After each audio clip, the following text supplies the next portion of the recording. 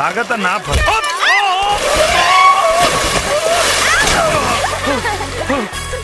का रे नरी ठोक देली। अरे साला चश्मा खुद लगौले बाड़े और हमके आंधर कहता रे। और सुन है ने और रास्ता पे खड़ा रहबे तो केहू ठोक के जाए। हाँ? ई रास्ता तोर बाप बनवेले बाने।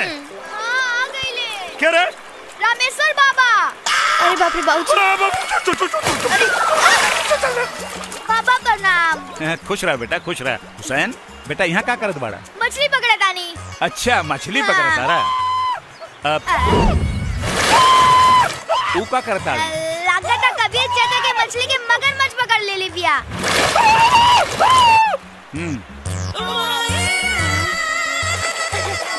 का भाई कबीर चाचा? अरे पता न केने चल गई रे।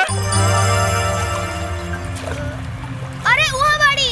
अरे ए लड़की कम विपद ज्यादा है।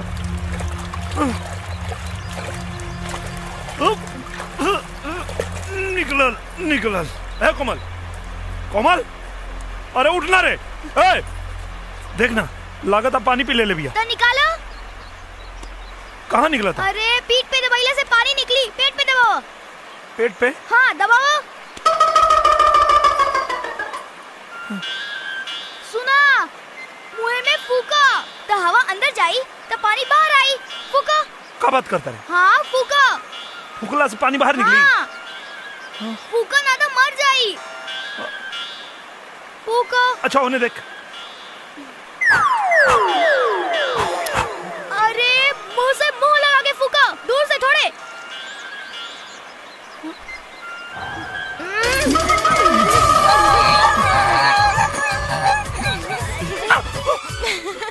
अरे साला अगर पानी निकाले में हमारे पानी निकल जाए।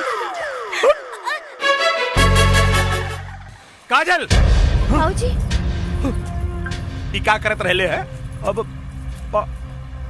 अब हमारे समझ में आइल कि चश्मा लगा के तू कौन मछली फसावत रहले है। तू एकर शरीर छू के एकरा का पवित्र कर देले। ए चल चल घरे चल चल। कौना नक्षत्र में पैदा भइल बिया हमरा तो बुझाइबे न करेला। पंडिताइन ए पंडिताइन अरे जल्दी आवा। अरे चिल्लात काहे बानी? हम कोनो बहिर बानी का? तनी धीरे बोली ना। अरे कबीरवा एकरा शरीर के पानी निकाले खातिर पूरा शरीर अपवित्र कर देले बा। अगर वो नदी से ना निकल रही तो हम डूब के मर गई रहती। चुप। एकरा शरीर पे हर जगह गंगा जल के छिड़काव करा जहाँ जहाँ हाथ लगौले बा। चला बेटी चला। जबले तोहरा के शुद्ध न करब तबले कैसे लोग जानी कि तू रामेश्वर पंडित की बेटी बाड़ू। हाँ जा ले जा भीतर ले जा।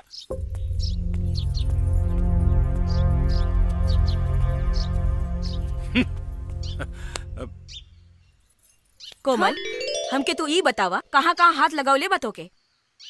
आँख में माई। रामेश्वर पंडित के बिटिया पोखरा में नहा रहल बिया। अरे पता ना कहाँ ससुर कहाँ कहाँ हाथ लगौले होई। हाथ पे माई।